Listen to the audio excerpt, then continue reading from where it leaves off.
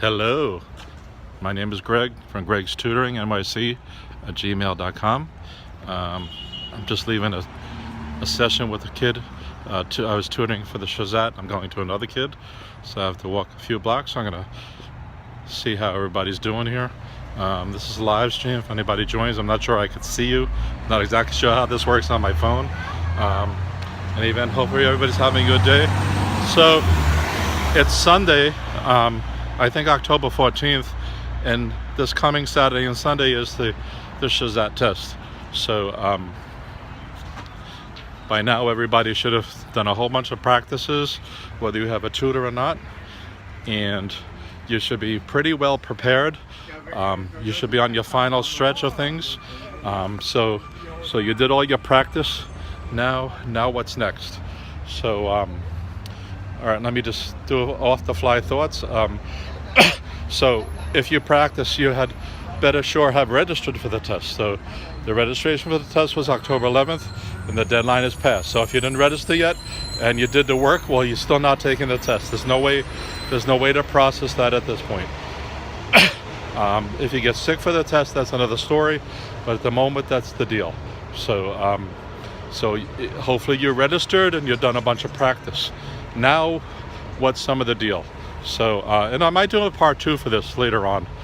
Depends where I'm going and what I end up talking about right now. So, you want to make sure you have the right stuff for the test. So, on Thursday, the 18th, they're claiming you're going to be able to print your ticket out. So, hopefully by Friday, for sure, everybody has their ticket. Now, follow the instructions that you're given for that, because you're going to have to sign something.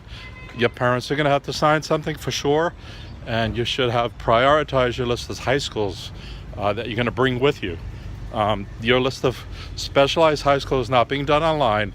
That's done live at the test, okay? So that's not being done online. Your non-specialized high schools are being done online.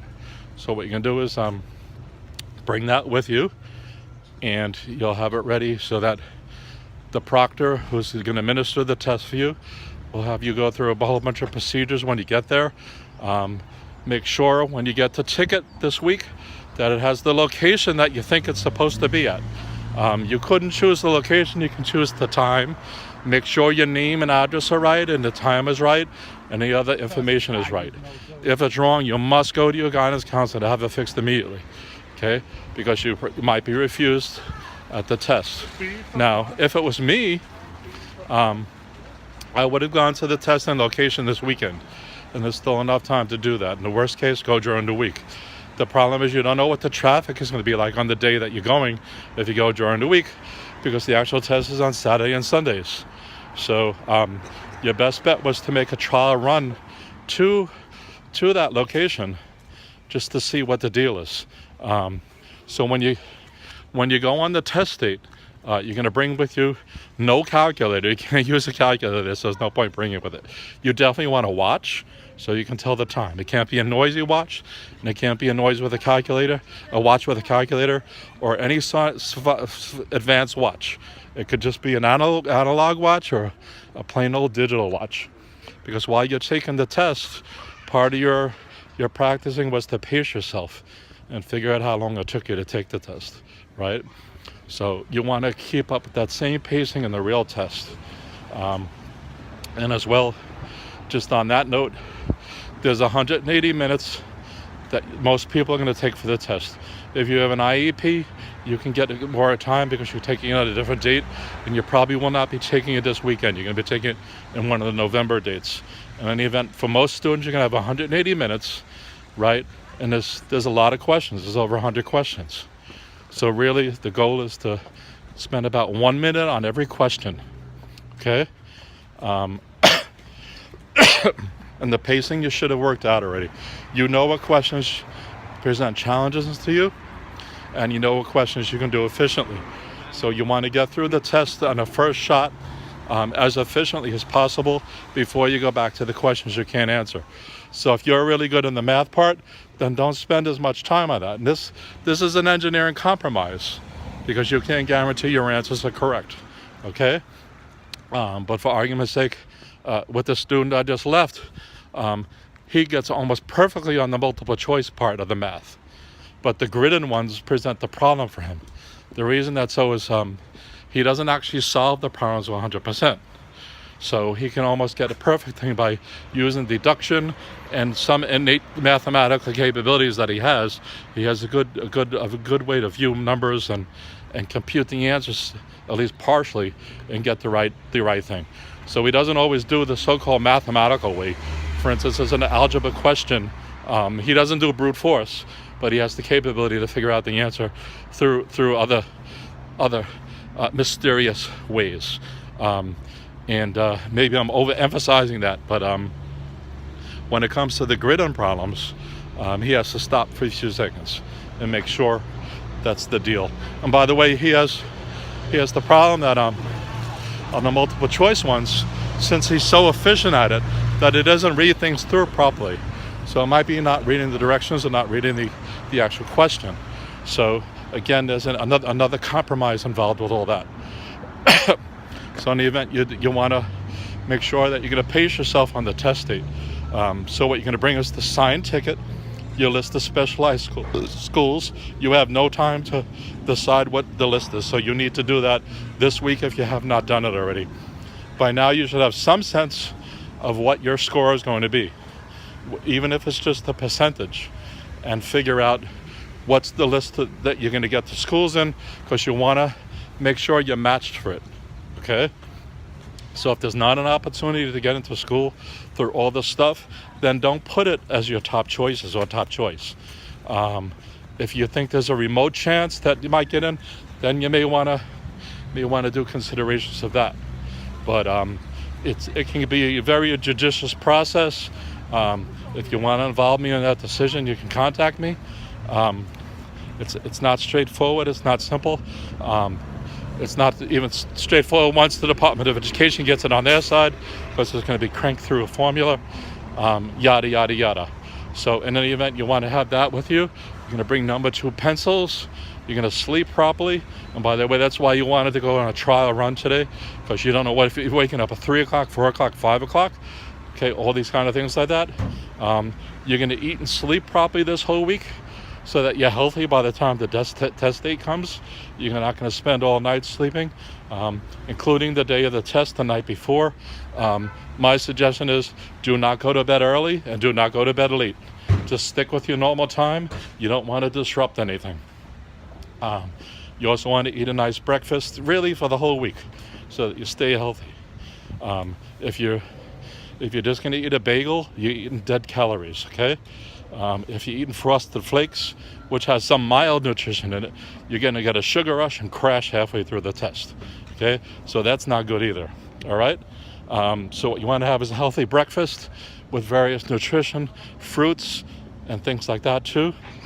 And when you get it to test, you want to bring with you a bottle of water, not allowed to bring soda and all this other stuff, and some mild snack that is not messy.